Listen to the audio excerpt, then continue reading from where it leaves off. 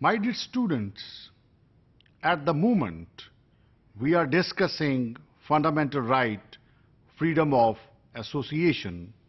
And in this regard, I'm going to discuss with you objects of associations. Dear students, an association may take the following form. Political party बन सकती है, freedom of association के तहत एक company जो है वो बन सकती है, और you see company is an artificial legal person which can sue or to B सूड. इसके अलावा एक इंस्टीट्यूट जो है वो भी बनाया जा सकता है, और नेक्स्ट जो फॉर्म है फ्रीडम ऑफ एसोसिएशन के तहत दैट इज फर्म. इसके अलावा यूनियन भी बन सकती है और सोसाइटी और क्लब भी बन सकता है.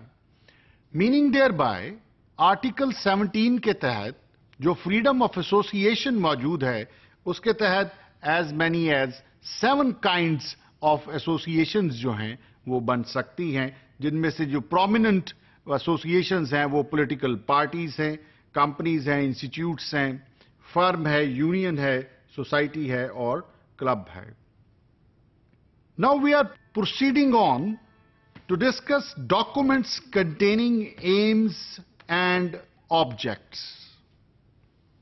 When persons combine together for a common object, they generally set out their aims and objects in a document and set up some kind of organizational structure to regulate their activities. They may associate for a political, economic or social purposes, or their object may be no more than the promotion of science, religion, art, culture, literature or charity. Dear students, so long as the purpose for which they associate is lawful, law imposes no restriction on their association. My dear students, freedom of association जो है ये citizens of Pakistan को ये right देता है कि वो अपनी चॉइस की कोई ऑर्गेनाइजेशन बना लें कि जिसका पर्पस जो है वो promotion of political party, political ideas हो, या साइंस का फरोग करना हो, या रिलीजन की प्रमोशन हो. इस काम के लिए वो फ्रीडम ऑफ एसोसिएशन के तहत एसोसिएशंस को बना सकते हैं. Dear students, the right to freedom of association is therefore subject to this important qualification that reasonable restriction on its exercise may be imposed by law in the interest of morality or public order or the sovereignty or integrity of Pakistan.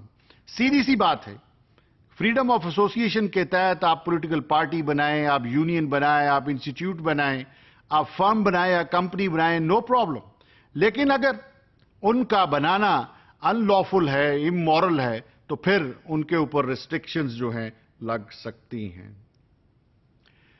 Thus, my dear students, the object of which an association, the object of which is to advocate or carry on some immoral purpose, for example, gambling or illegal activity or overthrowing the government by unlawful means, may be prohibited by law.